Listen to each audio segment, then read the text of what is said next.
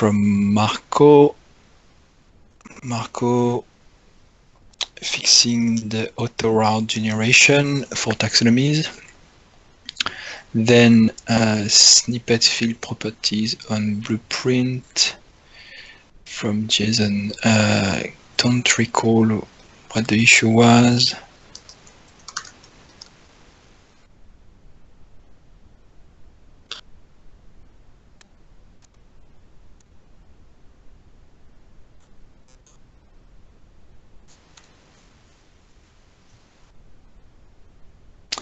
Element which is based on parameterized snippet don't render. Parameterized snippets.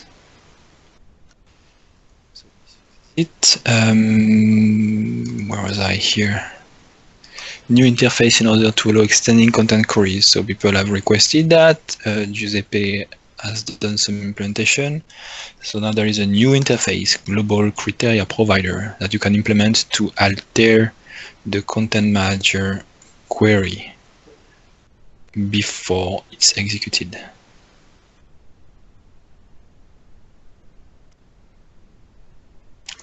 And you get an I criteria from an Hibernate that you can change. Then on 110x, Orchard.ImportExport had an unused project reference. So I think it's Medek who fixed a reference here. Questions?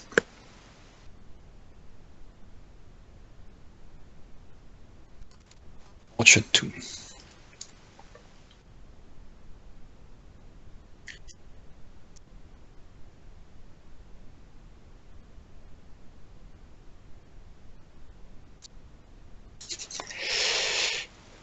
Oh yes, Chantilly. So 7 days, Nick working on his branch, Google. Fixing unit test. Oh, this is a branch that has been merged, I will show you. So I worked on two features, media management, to continue working on media management, something I stopped to work on queries for some time. So I restarted on media management, I will show you today. And this thing, which is RequiredFeature, which is a new attribute, I will also show you and explain what it does. This guy, I don't know his name. I will submitted 3 or 4 pull requests last week. 3 or 4 pull requests. This one, Refactor IContentItemIdGenerator. So to have 2 versions of ID generators, one which is generic to just render a GUID, but a small version of a GUID, the implementation we're using, just to generate a unique ID, and a new interface, IContentItemIdGenerator, so that you can implement the ID generation just for content items if you want. And the content item manager will use that. So if you want to have more meaningful content item IDs, you can do that. Then this is on liquidQueries. Some update from Jean-Thierry, some feedback, so fixing some issues and some documentation, and it has been merged. Missing permission check from the same dev, so it was missing a permission here, missing a zone in the blog theme. This one, so merge of master, merge of liquid module, overload of combine method. So the same developer created an overload for the drivers to call combine with an IEnumerable and not just a params of iDisplay result. So a quick helper and a wait from RESTM to remove the menu items from the navigation, because you can add items, you could not remove items, or at least remove from predicates or from tests, and not just a known menu item. That Jean-Thierry is working on the watch feature. There are some bugs and he's fixing them. So that's it. So the 2 things I did.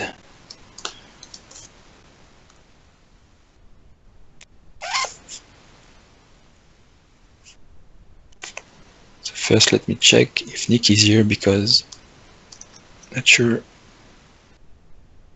No, and he had some questions on one of the feature.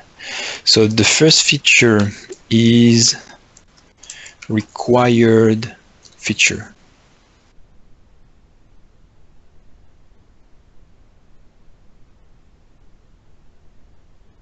And this is not on this branch, so let's see on the other branch.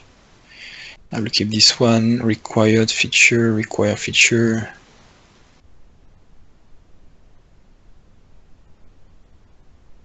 I will go on the PR.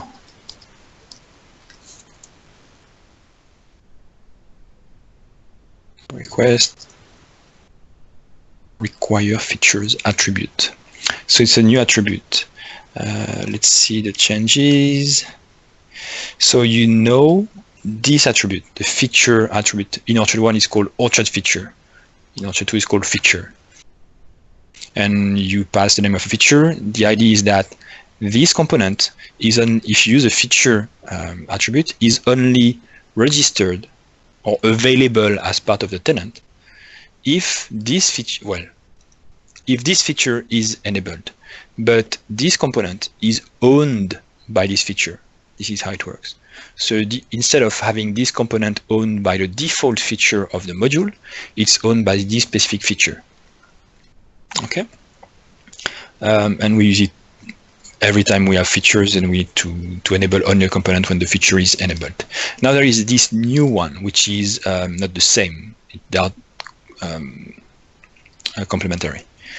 So require features doesn't change the ownership of the component, but will define that it's only enabled if this feature is enabled. Okay, so it's a dependency on other features to enable a specific component without having to create a custom feature. So example in this branch. I'm in the media branch, okay? And this media branch has a media module. And we also have a body module. Let me show you. Body. So body has a media folder with some features, startup and services, which are depending on the media feature. So it's to extend body for media. Okay, it's adding a button in the body editor just to show some media. This feature is part of the body feature. It's part of the editor. Okay, but it's extending it if media is there. So what happens is this startup will be executed and register a service only if the media feature is enabled. So it's not like saying body depends on media. Yes, there is a dependency, but it doesn't require media. So if body is enabled, this component won't be evaluated. But if media is enabled, then this component will be registered automatically. So the idea is that before, what we had to do in Orchard 1 was to create another feature called Orchard Body Media, which will depend on media and body, and you will have to enable this feature, Orchard Body Media, which will itself enable media or body if they were not, but usually they are. But just to be able to add the button, you will have to enable a new feature. And then we had a lot of small association features, so a feature which are only valid if two other modules are there, like for instance workflows. There is workflows user activities, workflow email activities, workflow so on activities, and people will be like, where is my activity? I enabled workflow, I enabled users, but I don't see the users activities. It's because you need a third feature that will enable these activities. So with this thing, what it does, it says if body is here and if media is here, then here is the feature for the two of them. You don't have to enable a third feature. Is that clear?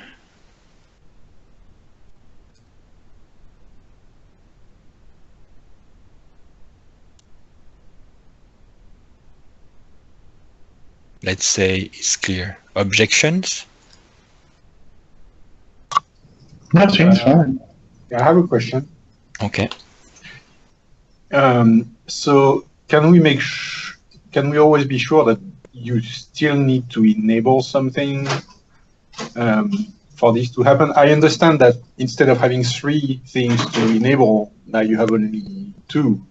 Yes. But I'm wondering about the security risk where you unknowingly add something that you didn't necessarily consent to. Yes, but then this is if you think it should be an option for security reasons or because it will be too much in the feature, then yes, we should create another feature. It's just for cases when we know that it's kind of, well, if you have the 2 of them, it means that you need that. So we can still do the 3rd feature if we need, and if we, for security reasons or for any other reasons, like organization or not even security, but just like, well, it doesn't make sense all the time to have these things available, even if you have the 2 features available. So you can still make a 3rd feature. So I mean, like, it's case by case. And even when you have like all the other services, like when I enable body, I mean, I have a bunch of things which are enabled. So the way I see it, it's a way to have additional features, well, sub-features in your feature that light up when there is another feature that is there. But you still enable something. So in your example, you still enable body. It just happens that if media is there, there is some additional stuff that lights up. So that sounds reasonable. But yeah, what is interesting in your comment is, yes, we sometimes, even though body and media are here, we might still want a 3rd feature so that it's opt-in to have a specific behavior. Here it's not active. It's a button somewhere that is added. It won't add any behavior, that unwanted behavior, unless you click the button. But if it was a filter or something which could be an issue for performance or for security, then it will be a feature. So you opt in on that. So that's something new. It was simple to do. And yes, I did that for media because I was like, I don't want to create Orchard.body.media to integrate the media in the body, and then Orchard.markdown.media, or people will have body and media enabled, and like, how do I inject my images in my body? I mean, it's kind of makes sense to have it available. So I made this one. So now the media improvements. Play. Media improvements and also topic discussion. So last time I stopped working on media, I showed you the media manager where I could drag and drop the media. I could navigate into the hierarchy, create folders. And what was not implemented was the integration between editors and the media.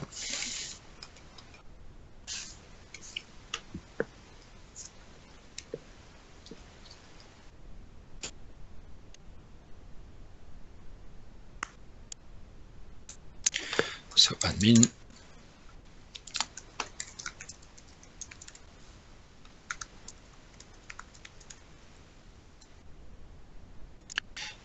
I will just enable the tokens in page.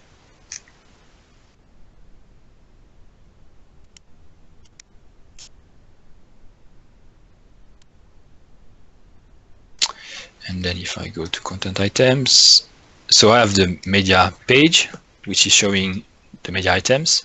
Okay. And I can drag and drop or upload files. That works. I have folders, bees and kittens. And then if I go to content items and I edit the about page, I need to type that, otherwise there is a conflict. This is fixed in one of the branches, which has been merged, but I'm not merged on this one. And here, if I now, because I have the feature enabled, because I have media enabled, it replaces the icon image with the insert media. And now it's opening a pop up a model window to select the items. Okay, and I can still browse the folders and select and say OK, which will inject a token, here in this case, image token, and the media path, which is independent from the storage. Either it's Azure local file system, this is the descriptor of the file in the media file store. Okay, and then when the file is rendered, it will convert this to the correct file. Okay, and you can see it here, and it's live. So if I in here I go inject this one, okay, you see it's injected. What type is your body here? Is it HTML? This one is HTML. Yes, it's an HTML editor. Go on. Well, it's a token syntax, right? You need to know about, as a user of the site, you need to know about that syntax. Yeah, I have many questions. The way that the dialect provider, like the HTML or Markdown editor, could actually, store the metadata in a way that is more yes, idiomatic. So I thought about that a lot in the past 2 days, how to solve this issue and other issues. While solving, there is nothing to solve, but optimizing or making it better, or what could be better. So yes, so it's HTML. We also have the same thing with Markdown, okay? Because there is a Markdown part in the blog post, and we can also from the Markdown editor. So if I go to content items, blog, and I take this blog post, this is a Markdown editor, and this is also integrated here. And it does the same thing.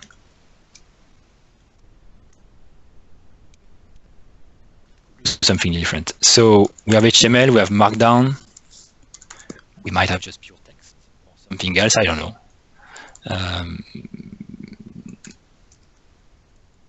So tokens, media / image tokens. So yeah, the issue here is that the editor has a specific language, and if this token was HTML, in Markdown you will not even see it, but yeah, you will see it in Markdown. But in the body with HTML, with the HTML editor, you will not see it because it will be interpreted by the editor. You will see the image. No, you will. I'm not even sure what you will see. So the token language here is that we use here is important. At the same time, here what it's using is handlebars. Okay, and I'm evaluating this thing as a handlebar template, and I don't like it. I don't like it because I'm afraid of the conflict with the syntax, but in this case it works for handlebars. But the performance is worrying. It's fast enough, but by evaluating this full thing as a template, every content item is evaluated as a template. Either we cache it and then every content item is cached as a template, as an expression, or we don't cache it, but then every template is reparsed and reevaluated, and then it's slow. Because internally it's compiling something. We forget about the compilation, but it's compiling something. So I don't like it works, but it's not, I don't like what it does. So I'm thinking about, and maybe I will say, you are right, Bertrand, having like filters, like HTML filters, like we have in Orchard 1. Because I remember when I showed this syntax, you mentioned that. And there were issues, but in the end, there are also issues with this one. Bertrand, something to say? Yes. No comment? Yeah, I agree with everything you said. Should we go with custom filters. So I think it's not a good idea to evaluate tokens or templates directly in the HTML fragments, either body, markdown, or paragraphs, or even text like this, because that's a lot of processing just for rendering simple tokens. We had BB code, something, I don't know, image. I don't know what I can't remember what we had in. Okay, so here is maybe a compromise. What if the part that is tokenized is just the URL, but you are still using the idiomatic way to include an image? So in Markdown, you would have a bang, square bracket, description, and then parentheses. And then inside of the parentheses, you would have the token. I didn't get it. So can you repeat? Let me type it in the chat. So instead of injecting just the token for the whole image, you would have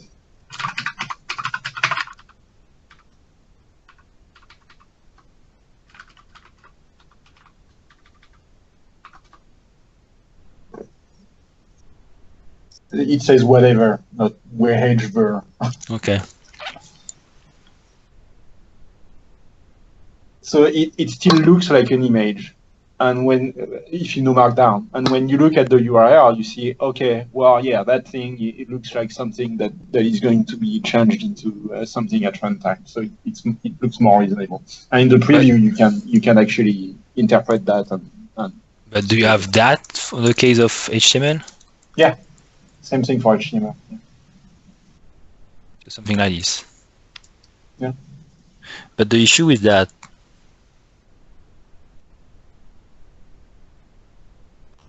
so in the Markdown editor, we'll see that for sure. We'll see description, we'll see the token. But if I type it in the HTML editor, I won't see that. It will try to. Yeah, you will see a broken image. Yes. But so I don't know. Maybe the HTML editor decides to do something with that and filter it. And I mean, I was doing something like that 20 years ago on HTML editors, and actually mapping those to static images that didn't look like broken images. So there is a number of things you can do in the editor itself. But in Markdown, that would, I think, work better because it's valid Markdown at least.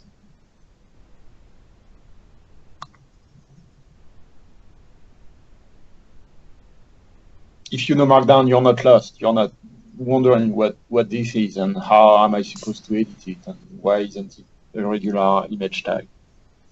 Yeah, so this is not, yeah. But it's still, yeah, token.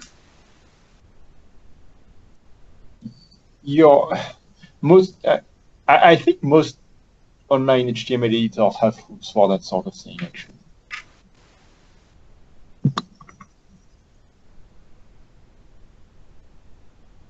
Yeah, we need to integrate to change that. It would be true for any kind of token. Maybe actually, when you include another kind of token, you have a visualization that looks a little better than curly braces.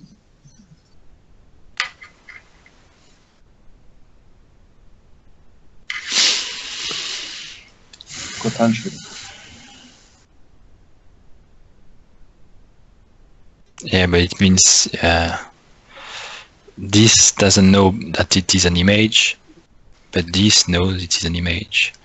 Yeah, so and maybe it's more complex than that because maybe the description actually is dynamic and coming from the media library as well. So the tag is not as simple, sure. But I think there is value in it being idiomatic.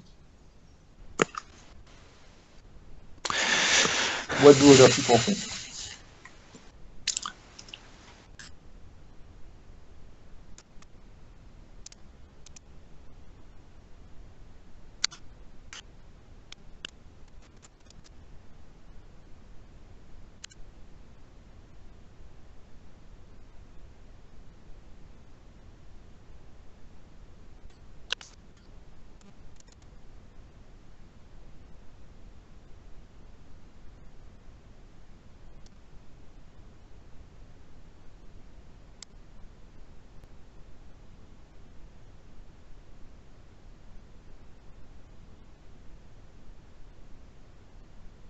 It doesn't. Yeah. Looks like an image. Yeah. Yeah, it's a custom editor, and they must have lots of metadata in the tag and render it. But they have other issues. Well, other issues are not the same as us. Yep. Okay. I will look at it. But yeah, it was just to show that now it's integrated. So on the issue related to design, I asked for feedback before I started working on that, and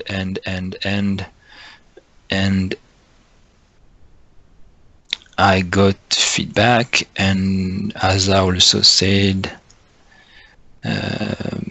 concerns. So both Daniel and Asa, I don't know his name,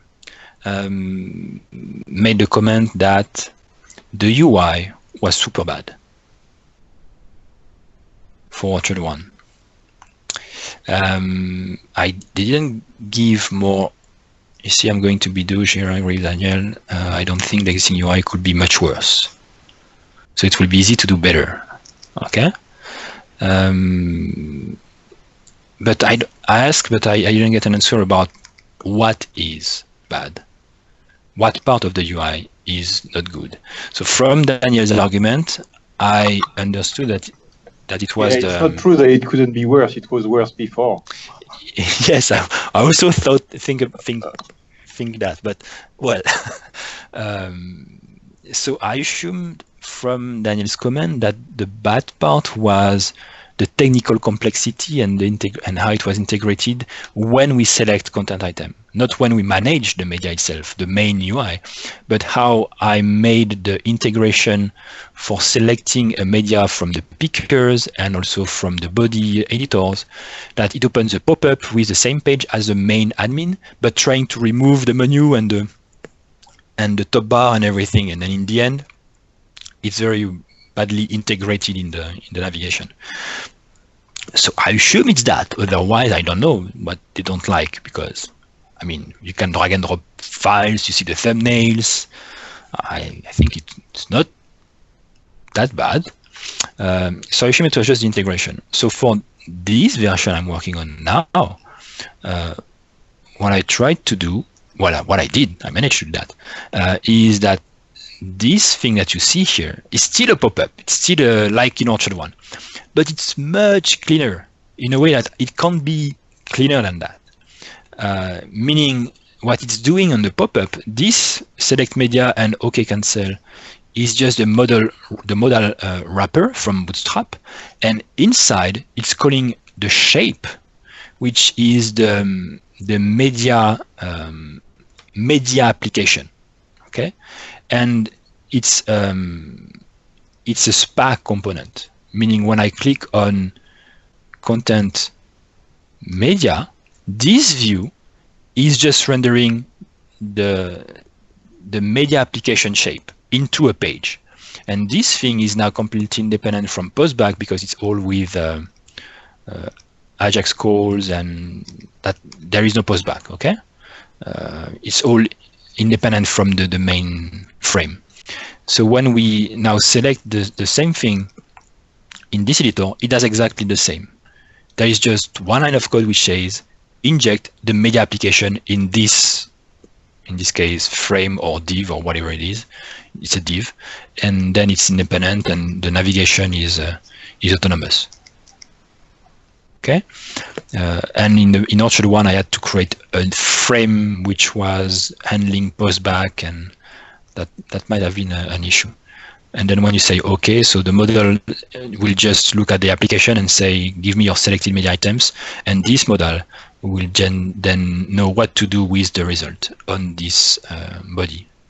But the same component can be reused everywhere in anything, and there is no magic to do to remove the menus or whatever. No, it's just this thing. So I hope it solves the UI can't be worse issue. Or I'd like to have more details. So that's what I changed so far. Then you had some more more concern, which was, and I have also a solution. Where is that? Performance of media management. So his comment is, having to fetch a content item from the DB just to display a thumbnail felt a bit crazy, and it made things noticeably slower on projections with lots of items with thumbnails. That's true. So if a media is a content item, when we render a blog post which has a media, it will do some lazy loading to render the image, like a select n+1 for each image. This is what Orchard 1 does. Okay? Because in Orchard 1, and even before the last commit, you see here I have a kind of a URL. It's a file descriptor. But even 2 days ago, it was something like a content item ID, something like this. So okay, inject the image or the media with the content item ID. So load the content item, then extract the URL of the media and render the URL. What it's doing right now is just saying, oh, inject this media file, so there won't be any content item loading. It will just render the URL for that. Okay. But I assume, yes, performance is an issue otherwise. If we try to render a media content item, it's an issue in terms of performance. And if you have 10 images on the same body, then that's bad. For accessibility, you should always have an alternate description for a media, which means that you need to get that description from somewhere, right? So yes, just having the URL is actually not going to be enough. I agree. Then it's compromises. What do people want as a compromise? Do they prefer performance or accessibility or ease of accessibility management? So I have two branches here. One which has this thing, well,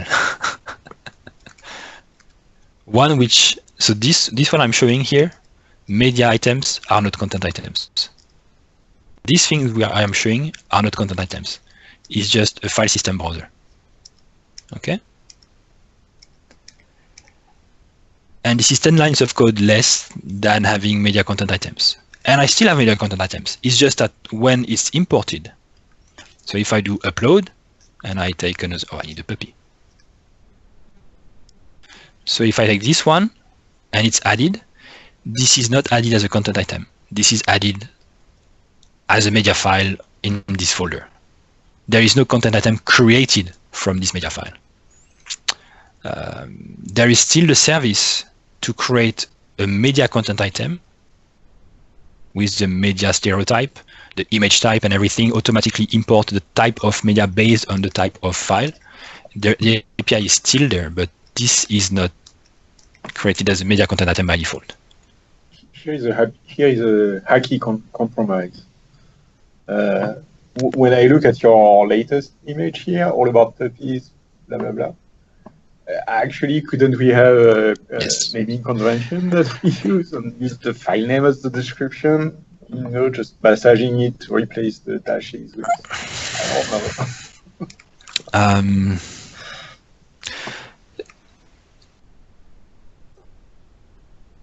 Yes, well, there is it there, and there is also in the editor.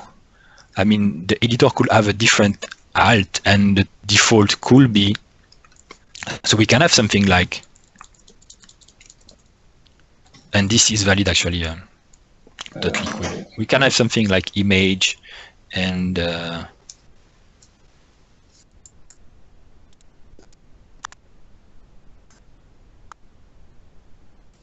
something like that.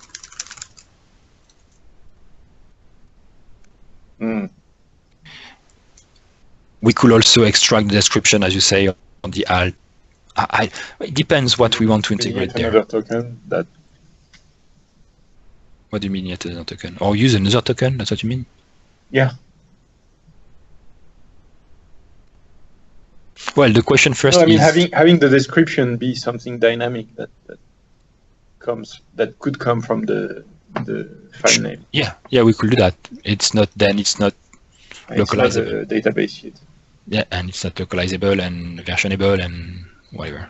Sure, but at least you get to choose what compromise you're making. But I think we could still have description here because this is localizable, this is versionable, because it's part of the body.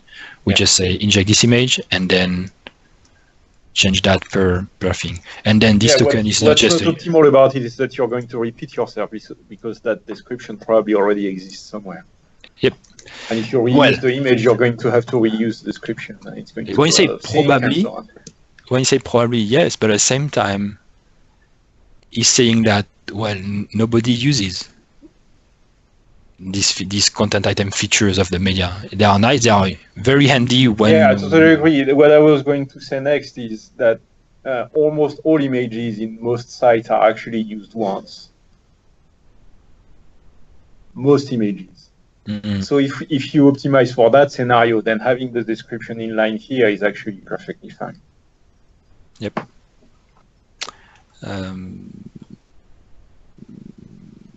And then this token is not just a URL, and it's ready render the image.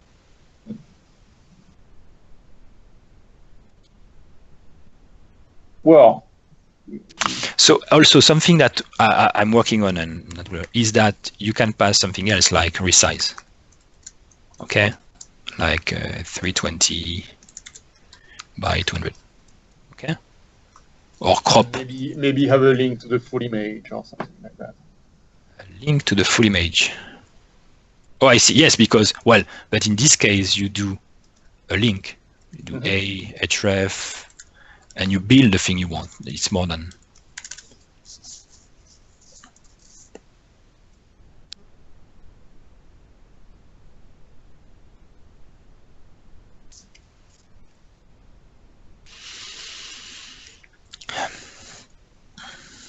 So yes, I think there will have to be one solution and people will have to deal with it. So right now I'm not sure if media when imported should be content items by default, or media when imported as just media items, media file system items, and then we can create images from them. Okay, we could have some tools to import all the things because we don't all the time need custom fields and descriptions and metadata on this file system. At the same time, we can say we support them as file system elements, and if we want content items, we can still do them. We just create the content items, either from a module which does that automatically, or you create a new image or a new slider with all the images that you pick, and you add all the properties on the content items you want. So right now I can do, well, I don't have the, but I mean, if I had enabled the image to be creatable, because it's there, it's still there, I would go and edit the image and pick a media and then add all the properties and define all the things I want. If I need an image, and then from the content item, if I have in my, for instance, slide, a property of image content item reference, then I will pick up the image references, which will have the metadata. Then you can model your media files with content items if you want, but use a content item picker instead of a media picker. The advantage of doing that is when we really want to render images, which is most of the time what people want to do, this is the fastest path. There is no content item to load if you don't need the data. You just say, oh, render this URL. It's still independent from the storage. So when you want to migrate or change the domain, that's fine because it's just the relative local image identifier because we have tokens. Unlike Orchard one where we had the full URL, so you could the development environment and the production environment had to be the same in terms of media. But it's faster because there is nothing to load. And we can still have the nice expressions with resizing, descriptions, more things that will define how to render the media. or in this case, the image, an image.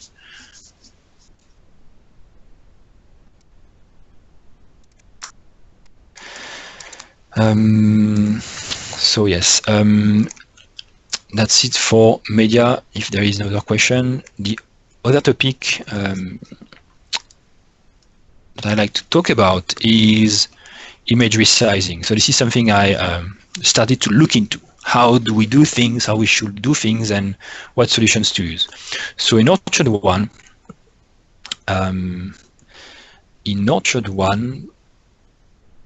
to render a resized image, you use a custom shape, so helper to generate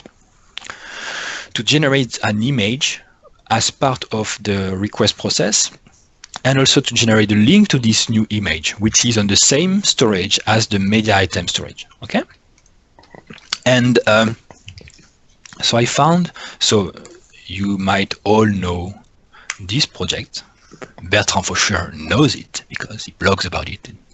So ImageSharp, and what Jim has done is actually 2 weeks ago, .web, which is it's a branch, it's a new project on his source, and .web, as you call it, ImageSharp.web, is a set of middlewares in the request pipeline to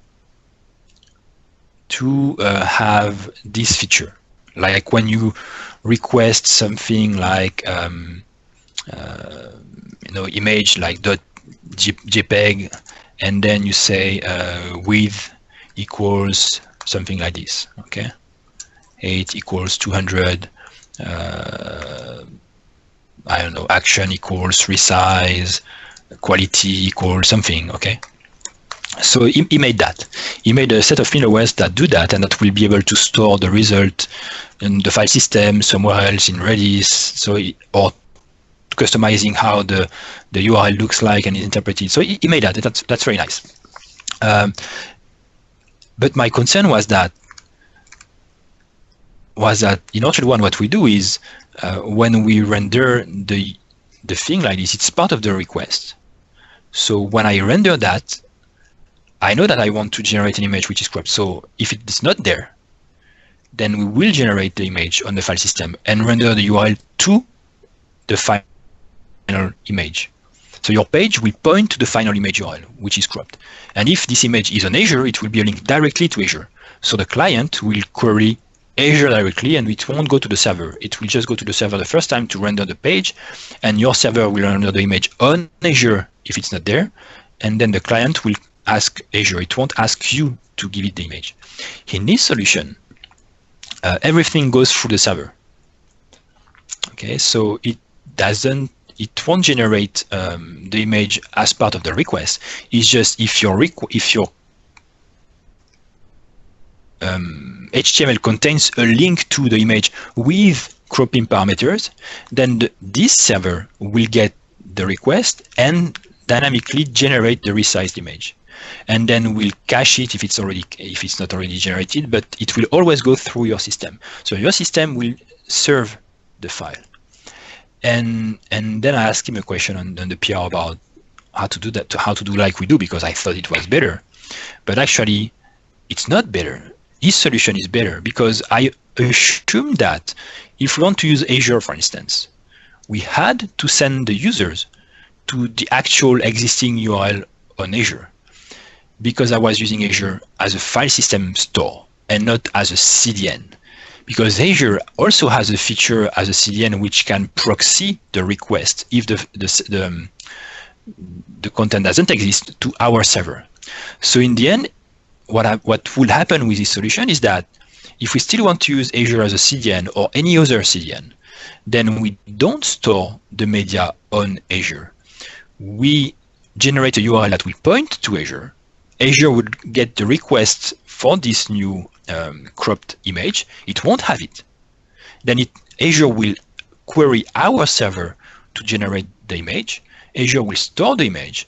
And then next time we generate the same URL without generating the image, Azure will have it and render it.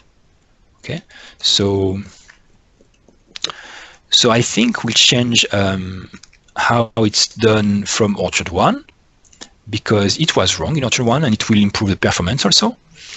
And I'm looking into actually using exactly what it's doing, because why do it again? We had our custom solution based on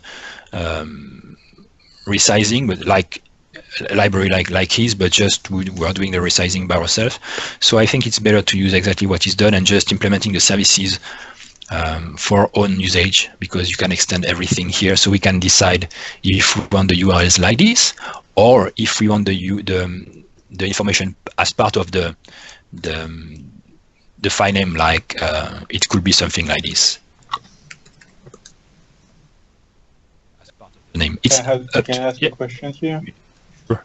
So I'm not sure I understood. Are you going to generate those images when the image request comes in, or when you render what references? When the image comes in, when the image request comes in. And you can go on with the other questions. I can forge my own requests and I can flood the server. No, because we will have because you also mentioned that on Andrew's or on Andrew Locke's thing. So then Andrew explain the solution. Well, explain the issue to Jim on his pull request. I saw the full story. It was funny. Explained to Andrew, who then to Jim, sorry, who then implemented the default max size, like of 4,000. And at the same time, I think you suggested a solution, or Andrew did, which is, or we did, I don't remember, which is to have a oh no, I know why, because there is another service which had to have a list of allowed values.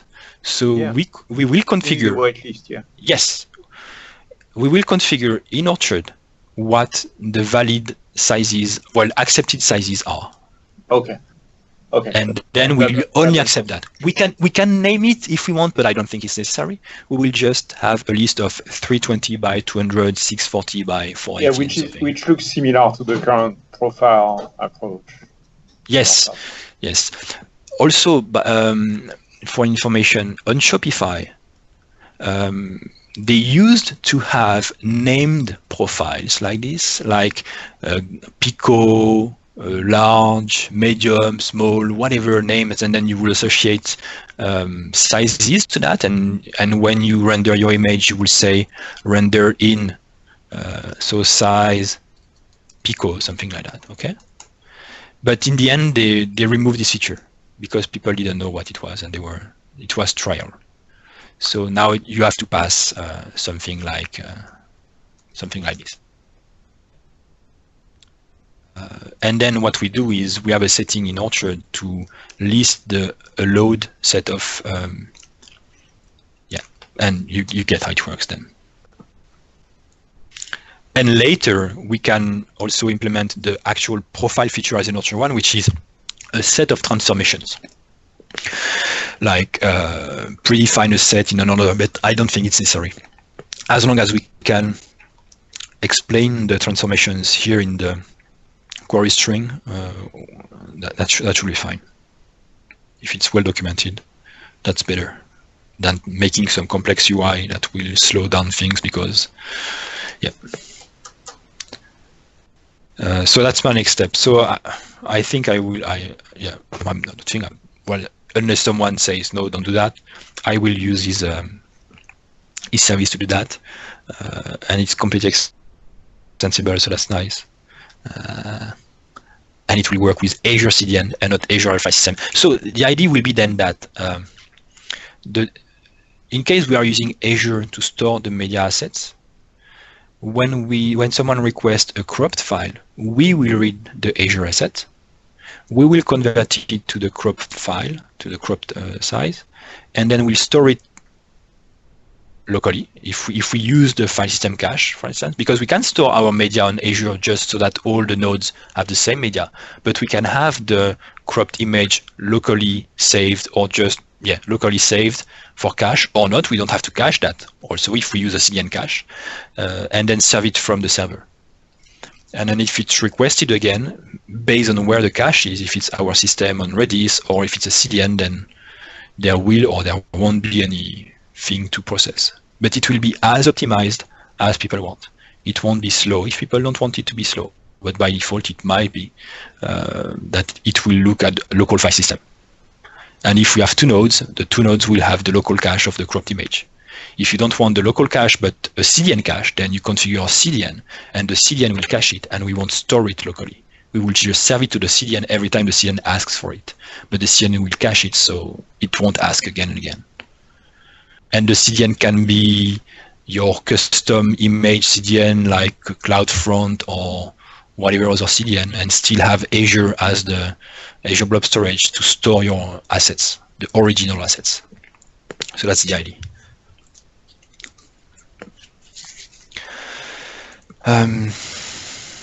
That's it for media and all the demos.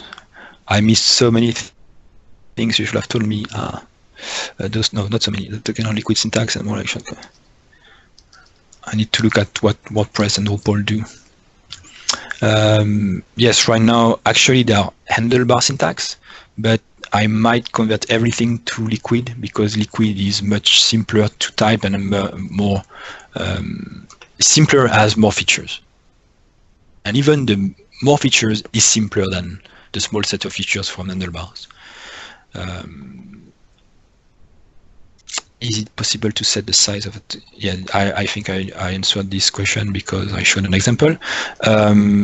Also, liquid versus handlebars versus whatever.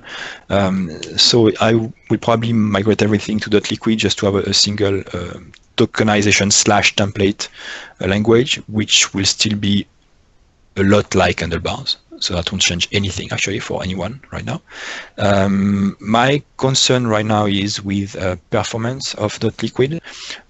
It's good. I have nothing to say about the performance, but it could be better. With 2 hours of work, I managed to make the templates run like from 350 microsecond to 230 microsecond, with just replacing some simple regular expressions with actual code, like parsing an integer doesn't require a regular expression. Parsing single quote text, single quote doesn't require a regular expression. And the issue with .liquid is everything is the full parser is based on regular expressions. They are very clean. It's very well organized, but for performance, it's not very good. So I'm looking into making it a little bit faster when we can. And that's it. Yeah, the issue is that liquid is that, or with any template engine like this, is that it's faster if you cache the template. Okay. But caching the template takes memory, and if we say that our content items are templates, like the bodies and the markdowns are templates, then you have to cache every content item. It's like every content item becomes a compile view, which can be an issue if you have many views, many content items. So I'm not sure if we should, or maybe it should be an option. Yeah, maybe it should be an option. Cache HTML fragments or not cache HTML fragments. And then we just parse it again every time we need it. And we just assume that the response cache will do the caching itself. So we don't have to cache the templates themselves. Yeah, maybe an option would be, because there is no one fits all rule in this case. Okay. Questions? Comments?